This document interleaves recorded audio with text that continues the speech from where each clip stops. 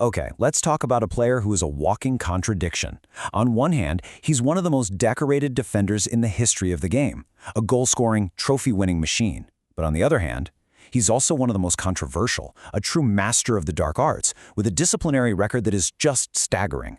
For nearly 2 decades, Sergio Ramos has been a titan of football, but his legacy is a fierce debate between two extremes. Is he a hero, or is he a villain? And really, it all boils down to this one huge question that has followed him his entire career. Is Sergio Ramos the greatest defender we've ever seen? It's a massive claim, and believe me, the answer is not simple at all. To really get a handle on Sergio Ramos, you have to look at these two conflicting sides of him. On one side, you've got the hero, a true leader who won every major trophy you can think of, and, get this, scored over 100 goals for Real Madrid. And then on the other side, there's the villain, an aggressive, sometimes reckless player who holds the record for the most red cards in La Liga history. So to see how these two sides of him were forged, we've got to go back to the beginning, back to Andalusia, where a young prodigy was about to make a move that would completely define an era of football. Ramos came up through Sevilla's famed youth system, the very same academy that produced talents like Jesus Navas. His quality was just so obvious, so undeniable, that by 2004 he was already a first-team regular. And just a year later, Real Madrid came knocking with an offer that was, well, historic. They paid a whopping 27 million euros for him. Now, at the time, this was a record transfer fee for a Spanish defender. It made the 19-year-old the only Spanish player signed during Florentino Perez's first Galacticos era. You know, that team famous for superstars like Zidane, Ronaldo, and Beckham. Okay, so now let's build the case for his greatness. And it's a case built on an almost unbelievable collection of trophies and moments that are just iconic. In his 16 years at Real Madrid, Sergio Ramos won 22 major trophies. He became the 4th most capped player in the club's entire history and one of its most successful captains ever. I mean, the sheer scale of his success is just immense. He was an absolute pillar of Spain's golden generation that won 3 straight major tournaments, and he was the leader of a Real Madrid side that conquered Europe again and again and again. But you know, his legend isn't just about the number of trophies he has in his cabinet. No, it's about the decisive, history-altering moments he came up with when the stakes were at their absolute highest. Okay, so picture this. The stage is the 2014 Champions League final in Lisbon. Real Madrid's obsession, La Decima, their 10th European title, it was slipping away. They hadn't won the competition in 12 years, and their city rivals Atletico Madrid were literally seconds from a historic victory. And then, at 92 minutes and 48 seconds, deep into injury time, Luka Modric whips in a corner, and Sergio Ramos rises, just suspended in the air. His perfectly placed header finds the back of the net. And that goal, it didn't just save the final, it changed the entire trajectory of the club.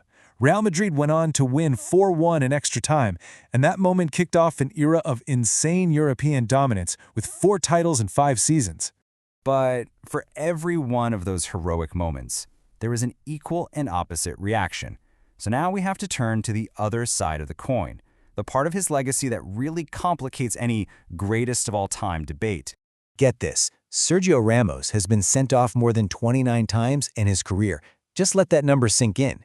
It's almost incomprehensible for an elite player, and it really speaks to a fiery temper that he, well, never quite managed to control. And for some context, let's just compare his record to other defenders in that greatest ever conversation. The difference is, it's staggering. Paolo Maldini, who played over 900 games, got just 3 red cards. Franco Baresi, only 2. Ramos is a complete and total outlier. So, you see, this isn't just about a few isolated incidents. It's a defining characteristic of his entire play style. This pattern of ill discipline is the main argument against him, suggesting a kind of recklessness that other defensive legends simply did not have. So how in the world do we make sense of these two extremes?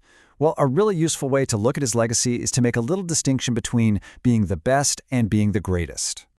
So the best defender, that's someone like a Maldini or a Baresi. Players who were just routinely faultless, tactical geniuses with very few weaknesses. They really mastered the art of defending itself. But greatest, that implies something more. It brings in other factors, right? Like a player's aura, their influence in the biggest moments, and their overall role in their team's historic successes. And this is where the case for Ramos becomes almost undeniable. While you could maybe argue he wasn't the best pure defender because of that rashness, his impact on winning is pretty much without equal. He wasn't just a defender, he was a match winner. Ultimately, what really cemented his legacy was his almost supernatural ability to deliver the goods when it mattered the most.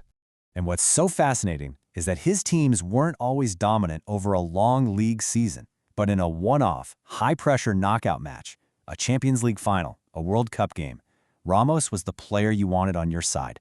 He was the ultimate big-game player. He created memories that fans are going to be talking about for generations. That iconic header in 2014, the Panenka penalties, the last-ditch tackles, that is an undeniable, powerful measure of greatness that goes way beyond simple statistics. Which leaves us with this final, really provocative thought. In the debate over who is the greatest, what do we value more?